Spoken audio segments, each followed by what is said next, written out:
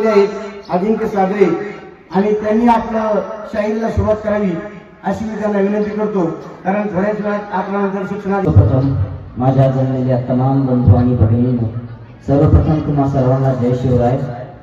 अखंड हिंदुस्थानचे आराध्य दैवत छत्रपती शिवाजी महाराजांच्या जयंती निमित्ताने आज मला आदरणीय श्री प्राचार्य सरांच्या माध्यमातून या ठिकाणी येण्याचा योग, प्राचार्य सरांचे मनपूर्वक धन्यवाद देतो आणि आवर्जून सर्व शिक्षक मंडळी आणि घरून गीता आल्याच्या नंतर मातृत्वाची जागा अलगद सांभाळून ठेवणाऱ्या सर्व गुरुवर्य वर्ग शिक्षिका सर्वांच्या चरणारविंद साष्टांग प्रणिपात. वास्तविक पाहता अखंड हिंदुस्थानचे आराध्य दैवत छत्रपती शिवरायांची जयंती आपण आज साजरी करतोय.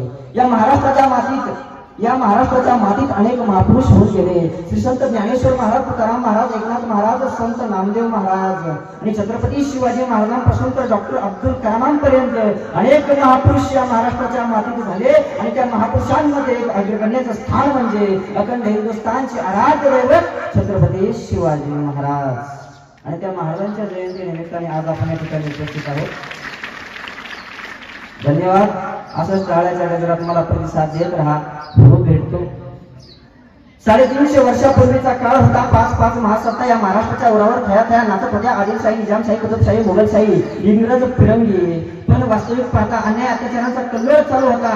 भर दिवसा आईवर, आई देखता बहिणीवर, बहिणी देखता मुलीवर अन्याय अत्याचार चालू होते. पण अन्याय अत्याचाराला विरोध करणारा आवाज मात्र महाराष्ट्रात शिल्लक राहिलेला नव्हता.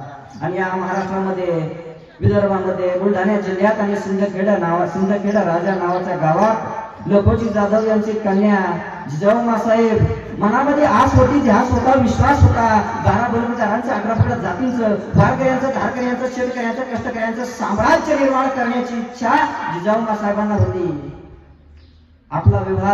त्यांचा विवाह शहाजीराजे भोसले यांच्यासोबत झाला.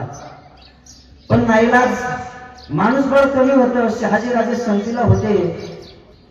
पण काय नाही, साम्राज्य स्थापना करायचं म्हटलं तर सुरुवात ही शून्यातून असावी लागते. आणि एक गोष्ट आहे, साम्राज्य निर्माण करायला लय कष्ट करावे लागतात, फार कष्ट सोसावे लागतात. आपल्याकडे एक निष्ठा फेसबुक व्हॉट्सअपला एक प्रचलित वाक्य बहुतेक तुम्ही ऐकलं असेल, क्षेत्र कोणतंही असो कष्टाला पर्याय नाही. कष्ट प्रामाणिक असेल तर यशाला पर्याय नाही, यशाला शॉर्टकट नाही. बस जिजाऊ मासाहेबांना माहिती आहे आपल्याला स्वराज्य निर्माण करायचंय. 12 बलुतेदारांचं, 11 पगड जातींचं, वारकऱ्यांचं, धारकऱ्यांचं, शेतकऱ्यांचं आणि कष्टकऱ्यांचं साम्राज्य निर्माण करायचंय. पण काय करणार, माणूस बळ कमी. तत्कालीन काळात शहाजीराजांनी निजामशाही सोडली, आदिलशाही आणि जिजाऊ मासाहेबांच्या उदरामध्ये अखंड हिंदुस्थानचं भवितव्य वाढत आहे. काय करणार, आठवलं शहाजीराजांनी या महाराष्ट्राच्या मातीत काळाभोर मातीत प्रचंड प्रशस्त भयंकर आणि असा मोठा असलेला गड शिवनेरीवर शहाजीराजे जिजाऊ मासाहेबांना घेऊन आल्या. आणि घेऊन आल्याच्या नंतर ती गडाचे गडकरी शिदोजी विश्वासराव आणि त्या शिदोजी विश्वासरावांच्या पत्नी लक्ष्मीबाई. जिजाऊ मासाहेब 7 महिन्याचं गर्भोदर येतोय. आणि काय झालं, एक दिवस त्या शिवाई मातेचं मंदिर आहे शिवनेरी गडावर. आणि शिवनेरी गडावर लष्कराचं कष्ट करायचं, साम्राज्य निर्माण करायचे. अरे डोहाळे लागलेत आम्हाला, हिंदवी स्वराज्य निर्माण करायचे. आणि त्या दिवशी जिजाऊ मासाहेब उठून राहिल्या, डोळे लाल बंद, हाताच्या मोठी आवळ्या आणि कडाडल्या जिजाऊ मासाहेब, हे रणचंडिकेवर गायनीवर गाण दे, हे जगदंबे पुत्र दे, असा पुत्र दे, असा पुत्र दे, की महाराष्ट्राच्या मातीला अन्याय अत्याचारांच्या जुलमापासून मुक्त करेल. हे चंडिके, अरे मुलगा द्यायचा असेल तर साक्षात प्रभू श्री महादेवांचा अवतार दे आणि या महाराष्ट्राच्या मातीत आलेल्या मुघल शायांना इथून पराक्रांत करून नव्हेल असा पुत्र मला दे. शिवाजी महाराजांचे पहिले 10 वर्ष बालपणात गेले. नंतरचे 10 वर्ष तलवार गाजवण्यात गेले, रणांगणात तलवार गाजवण्यात गेले. नंतरचे 32 वर्ष लोककल्याणकारी राज्य करण्यामध्ये शिवरायांचे गेले. पण एक गोष्ट लक्षात ठेवा, प्रत्येक वर्षी शिवजयंती आली का आपली इतकी तरुणाई काय म्हणते माहिती का, राजे तुम्हाला महाराष्ट्रात जन्माला या, राजे तुमची महाराष्ट्राला गरज आहे. अहो राजे जन्माला येतील हो, पण छत्रपती शिवाजी महाराजांविषयी, अरे आपल्या धर्माविषयी, आपल्या स्वराज्याविषयी, आपल्या आराध्याविषयी आपली तेवढी निष्ठा आहे का, हे फार महत्वाचं आहे. महाराज पुन्हा जन्माला येतील यात काही वाद नाही. पण ज्याप्रमाणे शिवाकाशी तानाजी मालुसरे, बाजी प्रभू देशपांडे यांनी हाडाचे काढा रक्ताचं पाणी रात्रीचा दिवसांदिवसाचे रात्र करून स्वराज्य सांभाळले ना, तसे माणसं तेवढी निष्ठा आपल्या मनात तयार होईल हे फार महत्वाचं आहे.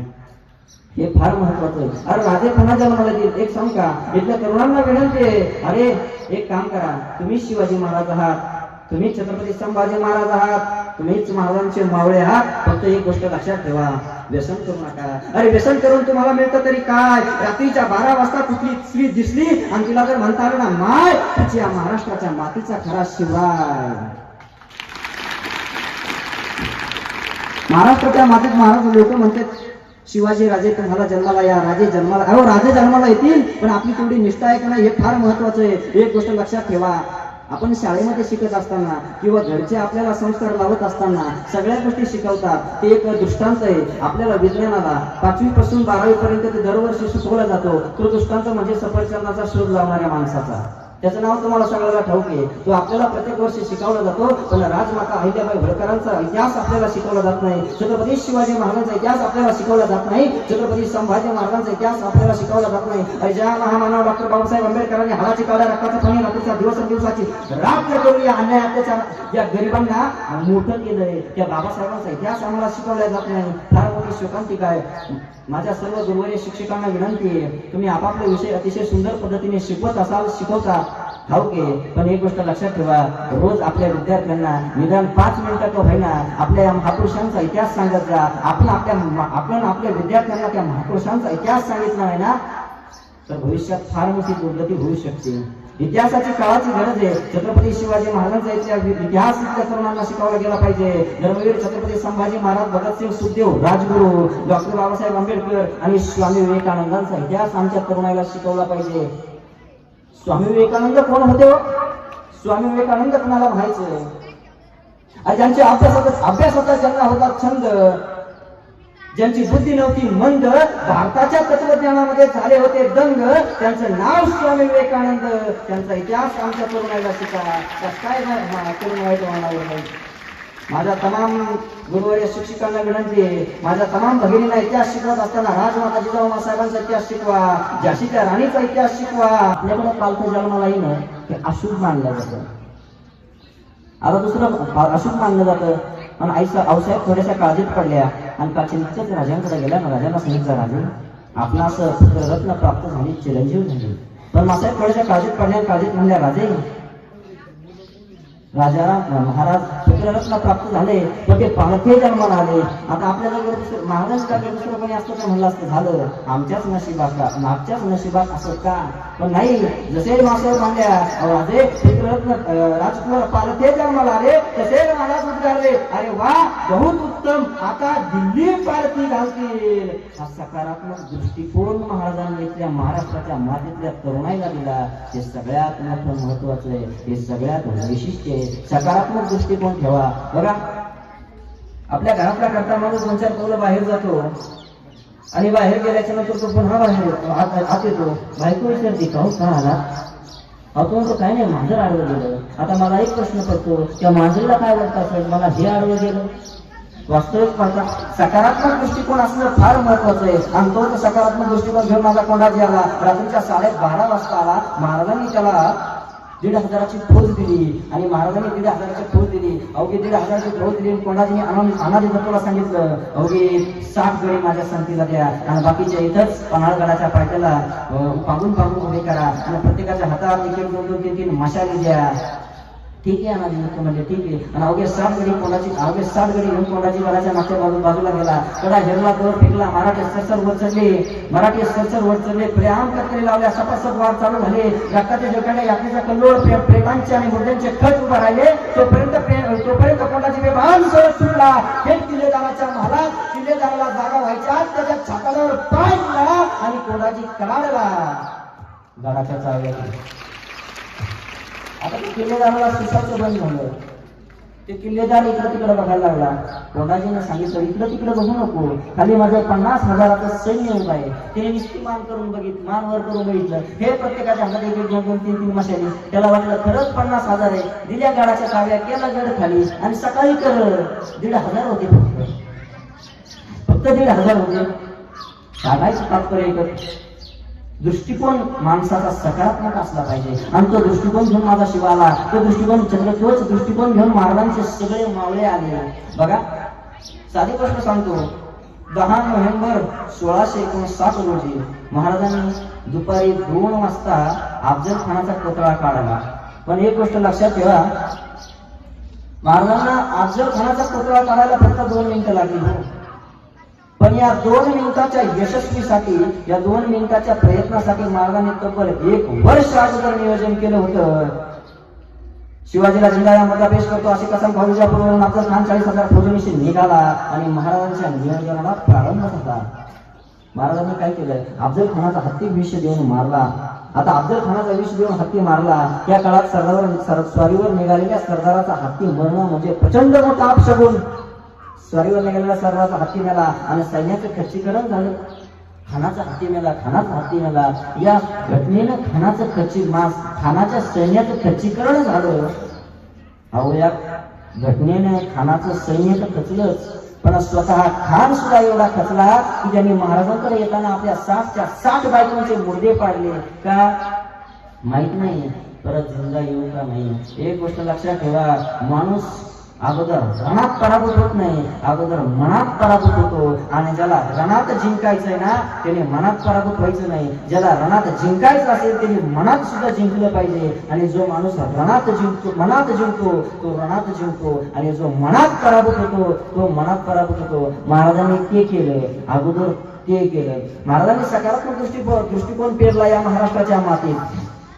अफजल खानाकडे सैन्य किती आहे? 40,000 आणि महाराजांकडे 7,500. मग आता महाराज असं नाही म्हणले अरे काय उपयोगी, त्याचे 40,000 आपले 7,500 लढून काय उपयोगच नाही ना, डिपॉझिट जप्त होईल. पण नाही, पर्याय निर्माण केले महाराजांनी या महाराष्ट्राच्या मातीत. पर्यायांची निर्मिती केली. आणि स्वतः जशी संकटातून बाहेर पडताना पर्याय निर्माण केला, तसं या महाराष्ट्राच्या मातीतल्या शेतकऱ्यांना पर्याय निर्माण करून दिला. पर्याय, कर्ज झालं, दुष्काळ पडला, संकट आली, आत्महत्या, दुसरा पर्याय नाही. अनेक पर्याय, जो पर्याय निर्माण करू शकतो, यश ही त्याच्या पायाजवळ उभा राहतं. तुम्ही पर्याय निर्माण करा. आपल्याकडले पोरं काय करतात माहिती का, आपलं करिअरवर फोकस करत असताना येतात दरवाजा डोका आपटतात आणि ती दरवाजा उघडत नाही. अरे त्या दरवाजावर डोका आपटत बसण्यापेक्षा समोर बघा, साईडला बघा, 10 दरवाजे तुमचे वाट पाहतायत, 10 दरवाजे उघडे आहेत. त्यांना, ज्या विद्यार्थ्यांना ते 10 दरवाजांचे शोध घेता आला तेच विद्यार्थी यशस्वी होऊ शकतात. हे फार मोठं वैशिष्ट्य आहे. एकदा काय झालं, पण माझा प्रयोग चालू आहे, घोडा उडणार, काही टप्प्यात प्रयोग आलाय, पण तुम्ही फाशीची शिक्षा दिली आहे. एक काम करा, 1 वर्षाची मला मुदत द्या आणि मी तुमचा जो घोडा आहे त्याला उडवायला शिकवतो. आता राजा म्हणला, माझा जर घोडा उडवायचं शिकला तर या घोटाळावर मी एकटा असा असेल की आपला घोडा आकाशात उडतो. राजाला आम्ही फुटलं. ठीक आहे, राजा म्हणे तुला दिली 1 वर्षाची मुदत. आता जो पहिला होता तो म्हणला काय, घोड्याची रचना पाहिली का तू, घोड्याला 4 पाय आहेत, घोडा कुठं उडत असतो का?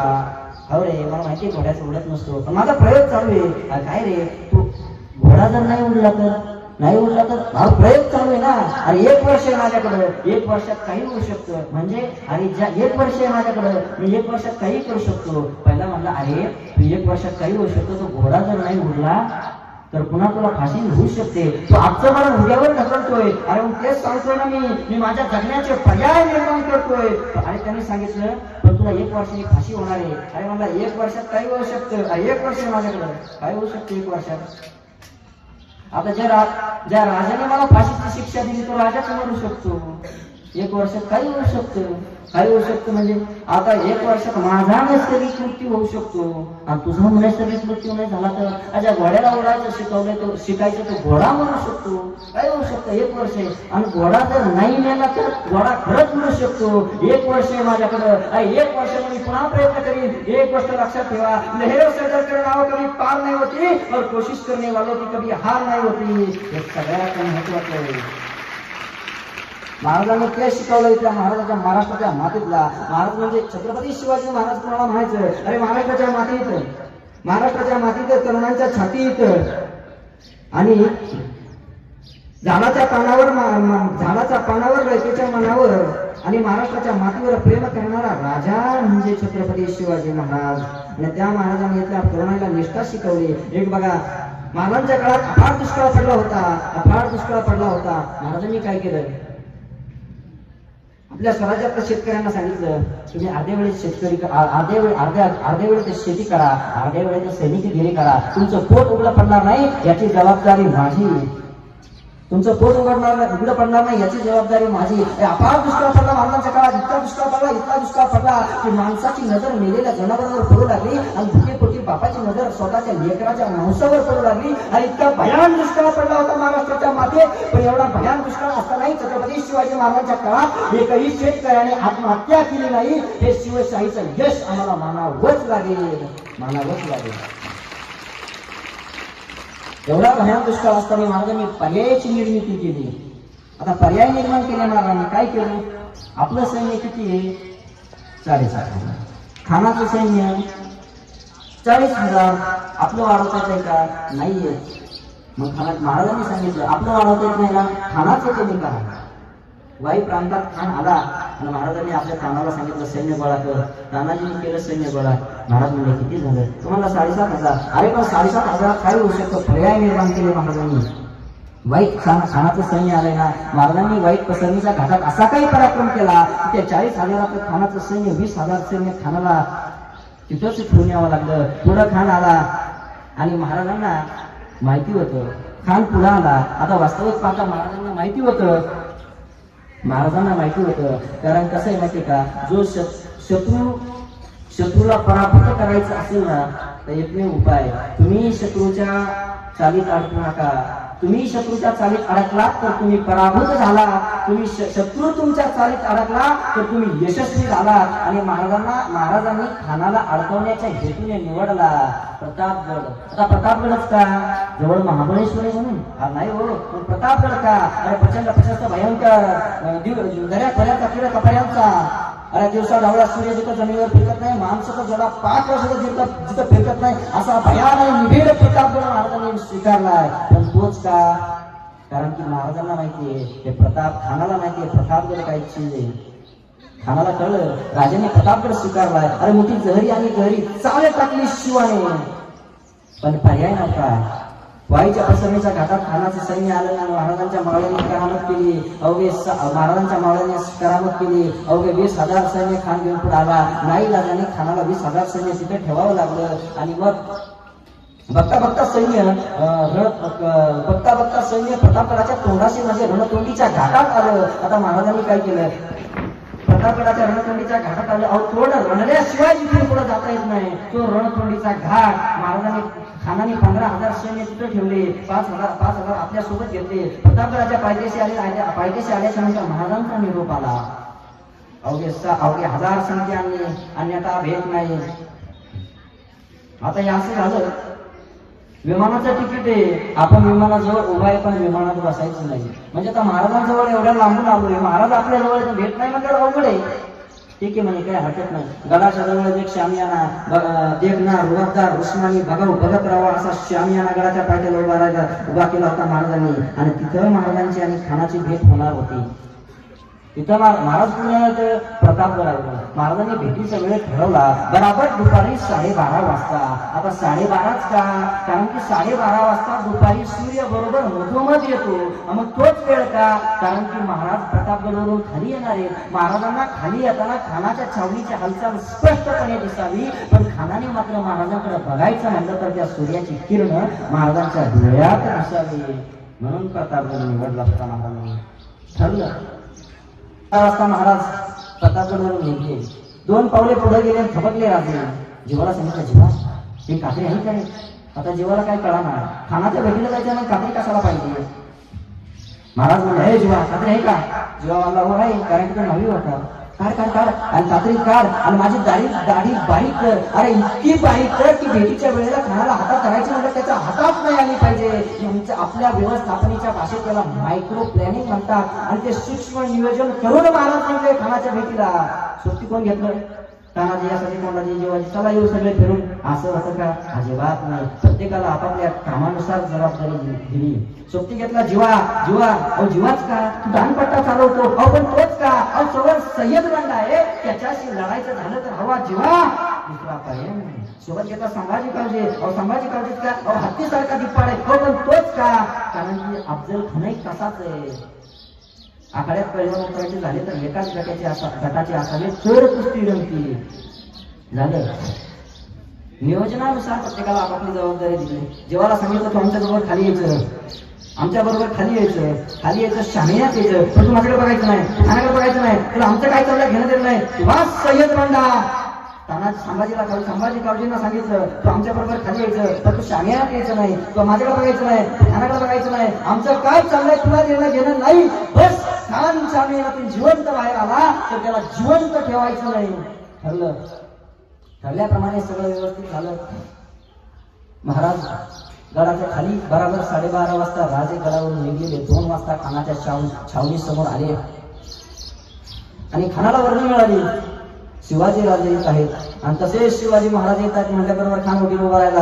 5-5.5 फूट उंचीचे देखणे रुबाबदार राजे येत आहेत आणि छत्रपती शिवाजी महाराज येत आहेत म्हटल्याच्या नंतर कसा खान वकिलाला म्हणला की हे शिवाजी राजे. खानाने मान ठेवली. राजे पुढे झाले, खान पुढे झाला. गळा भेटीसाठी म्हणला खान आव राजे आव. खानाने भाऊ फैलावले. राजे पुढे गेले आणि पुढे गेल्याच्या नंतर राजे खानाच्या मिठीत गेले. खानाच्या मिठीत गेले. खानाची मिठीत गेल्याच्या नंतर खानाची मिठी आवाज जोर पडली, जोर वाढला, दाब पडला आणि राजे गुदमरले आणि निघले वागले. खानाच्या पोटात घुसले आणि दगात कान कडाला आणि त्याच वेळेस बेसावसुनीचा फायदा घेऊन कृष्णाजी भास्करांनी राजेंच्या मस्तकावर वाहन केला.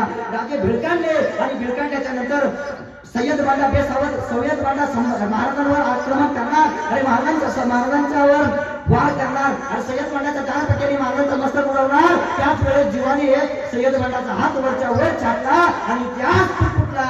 छोटा जीवा वाचला शिवा. एक गोष्ट लक्षात घ्या, महाराजांनी तर जीवालाच का घेतलं? जीवाच का? एक गोष्ट लक्षात घ्या, जीवाने जर 1 सेकंद उशीर केला असता तर जीवाच्या दानपट्ट्याने सय्यद बंडाचा हात छाटायच्या ऐवजी सय्यद बंडाच्या दानपट्ट्याने महाराजांचं मस्तक उडवलं गेलं असतं. मग आम्हाला कळतं इथं जीवाच कात नाही. अहो खानाच्या पोटात जी वाघ बसली होती त्या वाघ नाकात जरी झाली विष लावलेलंच होतं. तेरी खान बचावणार नव्हतात. असं लाज का केलं? अरे उद्या जगाचे तुम्हाला काही झालं असतं तुमची आई काय म्हटली असती? तुमची आई काय म्हटली? स्वतःचा जीव वाचवला पण माझ्या पोराला जीव मात्र खर्ची घातला अशी तुमची आई म्हटली नाही संभाजी. अरे एक वेळेस खान नाही मेला तरी चालेल पण या स्वराज्याचा एकही मावळा खर्ची पडता कामा नाही. एकही मावळा खर्ची पडता कामा नाही. हे फार मोठं वैशिष्ट्य आहे. बघा राजांनी अनेक मोहिमा केल्या, अनेक प्रांत जिंकले, पण प्रत्येक मोहिमेत, प्रत्येक नियोजनेत आणि प्रत्येक चालीत प्रत्येक वेळेस वेगवेगळा माणूस आहे. बघा ना, राजे शाहिस्ता खानावर छापा टाकायला गेले, तिथे भेटीसाठी नाही गेले. बघा जाणीवपूर्वक विधान करतो. अख्खा इतिहास वाचून बघा, महाराजांनी प्रत्येक चालीत एक वेगळा माणूस आणि प्रत्येक चाल सुद्धा वेगळी. पण आता तो माणूसही वापर आई माणसं तीच आहे. तानाजी यासाठी कोणताजी जेवाजी कोण करतो माणसं तीच आहेत. पण प्रत्येक मोहिमेत प्रत्येक चालीत एक नायक म्हणून एक वेगळा माणूस आहे. आणि राजेंनी नायक म्हणून एक वेगळा माणूस आहे. प्रतापगडाच्या रणसंग्रामामध्ये आपल्याला जीवा बघायला भेटेल. तिथं तानाजी येणार नाही. तानाजी कोंडाल्यावर तिथं जीवा येणार नाही.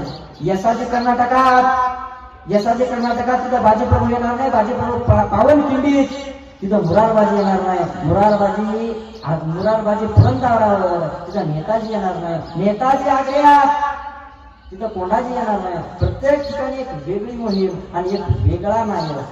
हे फार महत्वाचं आहे. आणि वास्तविक पाहता मी इथं आलोय पण जास्त काही हे नाही, एकाच उद्देशाने आलोय. हंगामा खड़ा करना मेरा मकसद नहीं है, मेरे दिल से नहीं तो ना सही श्रीनाथ विद्यालय वालों के दिल से प्रेम की गंगा बहनी चाहिए एवढं स्वप्न घेऊन मी थांबलो. आणि महाराजांचं बघा ना, तसे महाराजांनी अफजल खानाचा पुतळा काढला 10 नोव्हेंबर 1659 रोजी. आता 10 नोव्हेंबर 1659 रोजी महाराजांनी अफजल खानाचा पुतळा काढला. मग आता 11 नोव्हेंबरला महाराज कुठे येतोय? आता जीवावरचं संकट आलंय. एवढं जीवावरचं संकट महाराजांवर आलं होतं. मग महाराज असं म्हणले का आता जेवढं जीवावरचं संकट आहे वाचलं, जाऊ द्या बघू पुढे, आता जाऊ द्या येऊ थोडं थंडगार हवेच्या ठिकाणी महाबळेश्वरला फिरलं. पण नाही बरं का, आपल्याकडे कसं माहितीये का, आपल्या पोरांची जागी झाली तर पोरं घरच्यांना म्हणते मला काही बोलायचं नाही, बातच वाटायचे पेपर दिले. पण कारण देणं हा शिवचरित्राचा प्रकार नाही बरं का. महाराजांनी कारण देणं प्रकार नाही. महाराजांनी काय केलं माहिती का, 10 नोव्हेंबर 1659 रोजी अफजल खानाचा पुतळा काढलाय. मराठी सैन्याची जुळवाजुळव करतो, ढाल तलवारी घोडे हत्ती उंट तोफा सर्व मराठी सैन्याने जमाजमा केली आणि रात्री बरोबर 8:30 वाजता महाराजांचं सैन्य प्रतापगडावर हजर झालं. आणि रात्री 11:30 वाजता महाराजांनी घोड्याला टाच मारली, घोड्यावर मान फोडली आणि निघाले राजे. आता स्वराज्याची हद्द फक्त प्रतापगडापर्यंत मर्यादित होती. बघता बघता महाराजांनी वाई प्रांत जिंकला, बघता बघता महाराजांनी सातारा जिंकला, बघता बघता महाराजांनी वारणा नदीचं पुढे जिंकलं, महाराजांनी कोल्हापूर जिंकलं. आणि महाराज 1 डिसेंबर 1659 रोजी महाराजांनी पन्हाळ्यावर भगवा फडकवला आणि महाराज आयुष्यात पहिल्यांदा पन्हाळगडावर गेले. महाराजांनी पन्हाळगड जिंकला, पन्हाळगड पाहिला. अतिशय भव्य दिव्य आणि रुबाबदार पन्हाळगड आहे. आणि महाराज पन्हाळगड पाहतायत. आता तिथल्या आजूबाजूच्या पोरांना कळलं, अरे राज्य आलंय, छत्रपती शिवाजी महाराजांचं साम्राज्य आलंय, आपणही शिवाजी महाराजांच्या स्वराज्यात सामील झालं पाहिजे, आपणही महाराजांना मदत केली पाहिजे. म्हणून तिथल्या आसपासच्या गावातील काही तलिबान जिल्हावाद मारली, महाराजांकडे गेली. आणि त्यामध्ये नेबापूर गावच्या नावाचा पोरगा होता, त्याचं नाव शिवा काशीद. दिसणारी राजांसारखं, चालणारी राजांसारखं, वागणारी राजांसारखं, बोलणारी राजांसारखं, मिशीला कटई राजांसारखं, मिशीला आणि दाढीला कटई राजांसारखा, डोक्यात एकच नाद, अरे जगायचं तर वाघासारखं, लढायचं तर शिवासारखं, बस बाकीचं काही नाही. एवढाच एक डोक्यात विषय. आपल्या आताच्या पोरांचे आयडॉल असतात आमिर खान, शाहरुख खान, सलमान खान, पण माझ्या छत्रपती शिवाजी महाराजांचे आयकॉन, माझ्या शिवा काशीचे आयकॉन होते छत्रपती शिवाजी महाराज. हे फार महत्वाचं आहे. हे आदर्श मानलं होतं महाराजांनी, महाराजांना इथल्या मावळ्यांनी. महाराज इथल्या मावळ्यांचे आदर्श होते. हे फार महत्वाचं आहे. डिसेंबर मध्ये महाराजांची आणि शिवा काशीची भेट झाली आणि फेब्रुवारी मध्ये महाराजांना सिद्धीजवळचा वेढा पडला. अरे अजून वेढा घाला, त्याचा 25,000ची फौज घेऊन सिद्धीने महाराजांना वेढा घातला आहे. पण नाईलाज आहे, आतमध्ये नाईलाज आहे. बाहेर नेताजी आणि सिद्धी हिलाल आणि सिद्धी वावाने आक्रमण केलं, पण बळ तोकडं पडलं. नेताजी पालकांना पराभव पत्करावा लागला आणि राजांना कळून चुकलं, युक्तीपेक्षा शक्ती श्रेष्ठ आहे, शक्तीपेक्षा युक्ती श्रेष्ठ आहे. राजांना कळून चुकलं, शक्तीपेक्षा युक्ती कधी श्रेष्ठ आहे. बुद्धीचा वापर केला महाराजांनी. अंतकालीन काळात स्वराज्यामध्ये सामील झालेला महाराजांसारखा दिसणारा हुबहू शिवा काशीद आणि बोलावं लागलं राजांनी शिवा काशीदला. आणि शिवा काशीद म्हणून आलं, म्हणून काय झालं, अरे मरताना छत्रपती शिवाजी महाराज म्हणून मरतोय. हे भाग्य काय थोडे, हे भाग्य काय थोडे. शिवा नावाचा अध्याय 14वा सिद्धी. लखलखती नंगी तलवार फिरली आणि शिवा नावाचा अध्याय संपला. शिवा मारला गेला आणि इकडं पावनखिंडीत बाजीप्रभू देशपांडेचं धुमासान मृत्यू झालं. अहो शरीरावर एकही जागा नव्हती की जिथं वार झाला नव्हता. आणि यमाला सुद्धा ठणकावून सांगलं, हे यमा, अरे जोपर्यंत विश्रागरावर तोपर्यंत आवाज येत नाही ना, तोपर्यंत माझ्याकडे आला तर तुझी सुद्धा खंडणी करून ठेवेल. ही निष्ठा महाराजांनी इथल्या महाराष्ट्राच्या मनात आणि काळात पेरली. आणि राजांना बातमी कळली की शिवा काशीत गेलाय. व्याकुळले राजा, डोळे पाणावले राजांचे. आणि राजांनी स्वतःला सांगितलं मला निघायला हवं, मला जायला हवं. सोबती म्हणजे राजे कुठं, पन्हाळगडावर. अहो राजे, आताच मरणाच्या काठाट्यातून वाचलोय, आताच मरणाच्या तावडीतून आपण सुटलोय आणि इथं आलोय. तुम्ही म्हणताय आता पन्हाळगडावर जायचं? नाही राजे, त्यांना अजिबात नाही. तिकडं मरणाच्या काठाच्या दारात आता कशाला जायचं? राजांनी सांगितलं, हे बघा शिवा काशीत गेलाय, त्याच्या घरी निरोप द्यायला हवं. सोबती म्हणतात, राजे अहो तो निरोप आम्ही देतो का? नाही. राजे म्हटले, अजिबात जमणार नाही, कारण की शिवा काशीत म्हणून गेला नव्हता, तो छत्रपती शिवाजी महाराज म्हणून गेला होता. त्याच्या घरी आम्हाला भेट द्यायला गेलंच पाहिजे, निरोप द्यायला गेलंच पाहिजे. ठीक आहे, शिवा काशीच्या घरी निरोप दिला. छत्रपती शिवाजी महाराज येत आहेत असे सांगितल्याबरोबर शिवा काशीचाही गोड आनंदी. अहो लाख स्वप्न पूर्ण झाल्याचा आनंद तिच्या चेहऱ्यावर भासत होता. पंचारती केली, राजे वशीवर आले. राजा आहे रे, अरे ये ना. आणि पंचारती करू लागली शिवा काशीच्या आहे राजांचं. राजेंना कळाला, अरे माझी पंचारती काय करते, अरे केला याची बातमी सांगायला मी चालू आहे, माझी हाती करते. पण राजांच्या मनातून शब्द फुटेना, ओठातून शब्द फुटेना राजांच्या ओठातून. शिवाकाशीची हे राजा राजा आज ये ना, अरे बस ना. शिवाकाशीच्या आईनं फारकत विकत टाकलं. बस ना राजा बस ना. शिवाकाशीच्या आईनं त्याच्या शिवाच्या बायकोला सांगितलं, हे भक्ती काय, जा आणि गुळ पाणी घेऊन ये. शिवाकाशीची बायको लगबगीने आत गेली, गुळ पाणी घेतलं, राजांच्या पुढे ठेवलं. हे बाबा हे राजा, अरे घे ना गुळ पाणी घे ना. आणि कळे ना राजांना, अरे आईच्या लेकाचा मुलगा वारला, लेक वारला, त्याची कडू बातमी मी सांगायला आलोय. आणि आई माझं औक्षण करते, मला तो तोंड गोड करायला सांगते. अरे मी कडू बातमी सांगायला इथं आलोय आणि माझं तोंड गोड कर म्हणते. पण राजांना शब्द फुटाना. आणि तशी शिवाकाशीची आई बोलली झाली, अरे राजा 6 महिने झालं तुझ्या आई तुझ्या वाटेकडे डोळं लावून बसली. ती जिजाऊ, त्या जिजाऊकडे जायचं सोडून तू माझ्याकडे का आला रे, माझ्याकडे का आला. अरे आम्ही तर पहिल्यांदा तिच्याकडे नाही जायचं भाई. आणि त्याच वेळेस शिवाजी राजाकडे बघून कार्यक्रम करायचं म्हटल्यास नंतर ते काय करते माहितीये का, नाकात पोटं घालते, तिकडे कुठे वाटते तिथेच तोंडाला घालते. फार वाईट परिस्थिती आहे. पण इथं तसं नाही. अतिशय सुंदर आणि छान मन लावून या विद्यार्थ्यांनी आपलं श्रवण केलं. त्याबद्दल सर्वांचे मनपूर्वक आभार व्यक्त करतो. कारण की आज एकच जाता एकच सांगतो, इथल्या श्रीनाथ विद्यालयातील तमाम बंधू आणि भगिनींना ज्ञानोबारांचं ज्ञान, तुकोबारांचं वैराग्य करणाऱ्यांची शांती, रायगडाची दिव्यता, पुरंदराची भव्यता, प्रतापगडाची शौर्यता, सह्याद्रीची उंची, छत्रपतीची क्रांती इथल्या प्रत्येक विद्यार्थ्याला लाभो हीच आई जगज्जननी विश्वमाता आई तुळजाभवानीच्या चरणी प्रार्थना करतो. आणि इथल्या विद्यालयातल्या प्रत्येक विद्यार्थी महाराष्ट्रात जाऊन, महाराष्ट्रातल्या, भारतातल्या, जगातल्या प्रत्येक देशात जाऊन आपल्या देशाच्या राज्याचं नाव लौकिक करू हीच ईश्वरचरणी प्रार्थना. आणि इथल्या तरुणांना विनंती आहे, बाबा हो एक काम करा, तुम्हाला मोठं व्हायचं असेल तर एकच गोष्ट आहे, छत्रपती शिवरायांचा इतिहास आपल्याला शिकवतोय. मोठं व्हायचंय ना, काय केलं पाहिजे, अभ्यास केला पाहिजे. तुकोबारायांच्या भाषेत सांगायचं झालं तर तुकाराम महाराज म्हणतात, असाध्य ते साध्य करिता सायाच कारण अभ्यास तुका म्हणे. तुकोबाराय सांगतात, बाबा हो असाध्य गोष्ट सुद्धा साध्य होऊ शकते फक्त अभ्यासाच्या बळावर. ज्ञानोबारायांच्या ज्ञानेश्वरीची मुली सांगायची झाली तर ज्ञानोबारा 12वे अध्याय, सिंहासनाधीश्वर भूपते गणपते गजस्वपते सिंहासनाधीश्वर राजाधिराज अष्टप्रधान वेष्टित अष्टप्रधानालंकार मंडित सिंहासनाधीश्वर श्री श्री श्री छत्रपती शिवाजी महाराज के, धर्मवीर छत्रपती संभाजी महाराज की, हिंदू राष्ट्र की, गौ माता की, भारत माता की. रामकृष्ण चरित्र चांगल्या प्रकारे कसं ऐकवता येईल यासाठी मी त्यांना आज या ठिकाणी पाचारण केलेला आहे.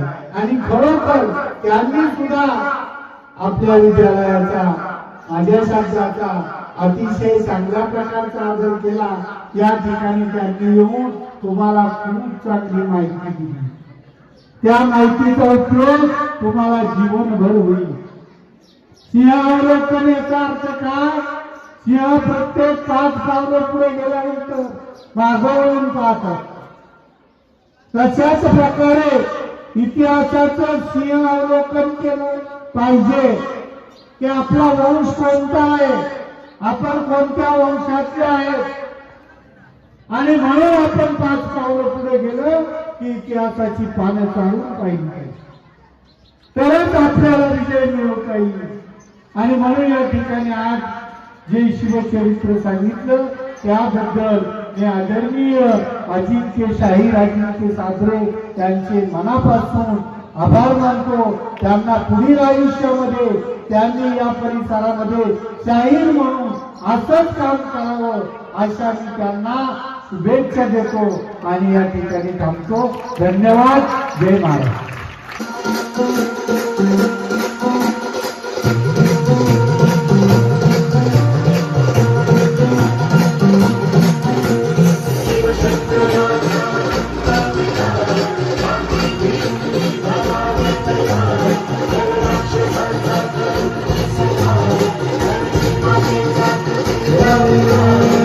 शंकर